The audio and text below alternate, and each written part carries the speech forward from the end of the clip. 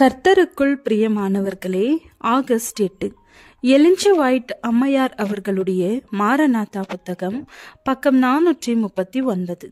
இன்றைய தியானத்திற்காக தெரிந்து கொள்ளப்பட்ட தலைப்பானது நோக்கத்திலும் செயலிலும் மதிப்பிற்குரிய நிலை. வசனம் எபேசியர் 4வது அதிகாரம் 32வது வசனம். ஒருவருக்கொருவர் தயவாயும் மன உருக்கமாயும் இருந்து கிறிஸ்துவுக்குள் தேவன் உங்களுக்கு மன்னித்தது போல நீங்களும் ஒருவருக்கொருவர் மன்னியுங்கள். கொள்கை சரியான காரியங்களில் நேர்மை ஆகியவை என்றும் நெஞ்சார நேசிக்கப்பட வேண்டும். தந்திரத்திற்கு புகலிடம் கொடுக்கப்பட்டிருக்கும் இடத்திலே நேர்மை தங்கி தரிக்காது. அவை இரண்டும் ஒருபோதும் ஒத்துப்போவதில்லை. ஒன்று பாகாலிடத்தில் உள்ளது, அடுத்தது தேவனிடத்தில் உள்ளது. நமது எஜமானர் தமது ஊழியர்கள் நோக்கத்திலும் செயலிலும் மிகவும் மேன்மையுடையவர்களாக இருக்க வேண்டும் என்று எதிர்பார்க்கிறார். நேர்மையை தனது தோழனாக தெரிவு செய்து வைத்திருப்பவர்கள் தங்களது அத்தனை செயல்களிலும் வெளிப்படுத்தி காட்டுவார்கள். பெரும்பாலான மக்களுக்கு இப்படிப்பட்டவர்கள் திருப்தி அளிக்க கூடியவர்களாக இருக்க மாட்டார்கள். ஆனால் தேவனுக்கு இவர்கள் அழகான மனிதர்கள்.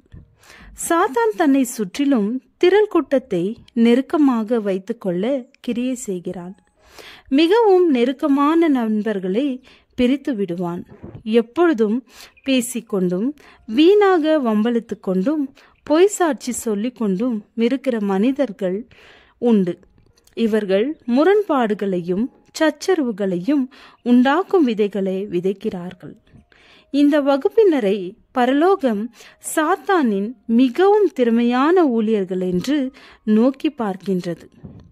ஒரு நபரிடத்தில் இச்சகமாக பேசி வெற்றி போன்று காணப்படுகிற அவர்களது ஒரு சில முயற்சிகளை புகழ்ந்து பேசுவதை விட பிறரால் புண்படத்தக்கதாக பேசப்பட்ட மனிதன் குறைந்த ஆபத்தான நிலையில் இருக்கிறான். தோற்றத்தில் நண்பர்களை போன்று காணப்படுபவர்களால் கூறப்படும் புகழுரைகள் பிறரால் கூறப்படும் நிந்தனையான சொற்களை விட மிகவும் ஆபத்தானவை.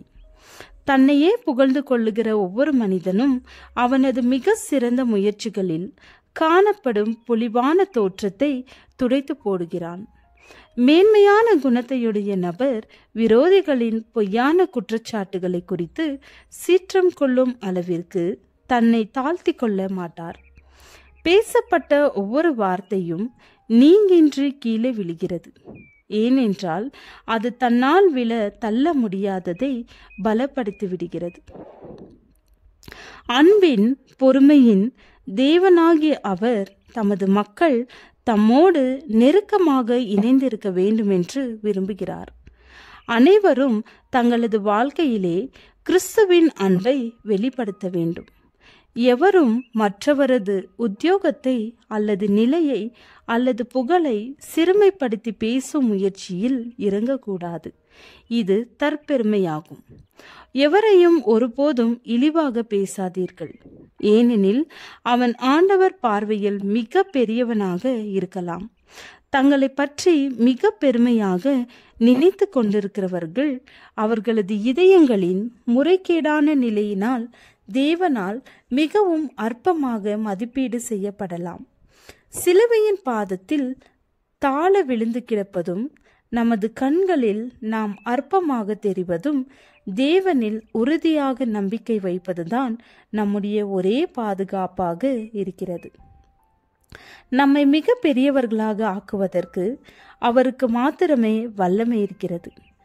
அனைவரது மதிப்பீடு செய்யும் திறனும் திறமையும் இப்பொழுது அவசியமாக இருக்கிறது. ஒவ்வொரு மனிதனின் வேலையும் கவனத்தோடும் விசுவாசத்தோடும் செய்யப்பட வேண்டும் என்று எதிர்பார்க்கும் காரியம் போதுமான அளவிற்கு முக்கியத்துவம் வாய்ந்தது என்று காட்டுகிறது. அனைவருடைய வேலையையும் ஒரே மனிதன் செய்ய முடியாது. ஒவ்வொருவருக்கும் அவரது நிலைமைக்கேற்ற இடமும் அவருக்கான சிறப்பான வேலையும் உண்டு. நியாய தீர்ப்பின் சோதனையில் நிற்கத்தக்கதாக ஒவ்வொருவரும் தனது வேலையை எத்தகைய முயற்சியில் செய்ய வேண்டும் என்று நன்றாக புரிந்து கொள்ள வேண்டும். ஜெபம். பிதாவே, உம்மை மாத்திரம் தொழுது நீர் தந்த கற்பனைகளையே பற்றி கொண்டு வாழ வழி செய்யும். ஆமேன்.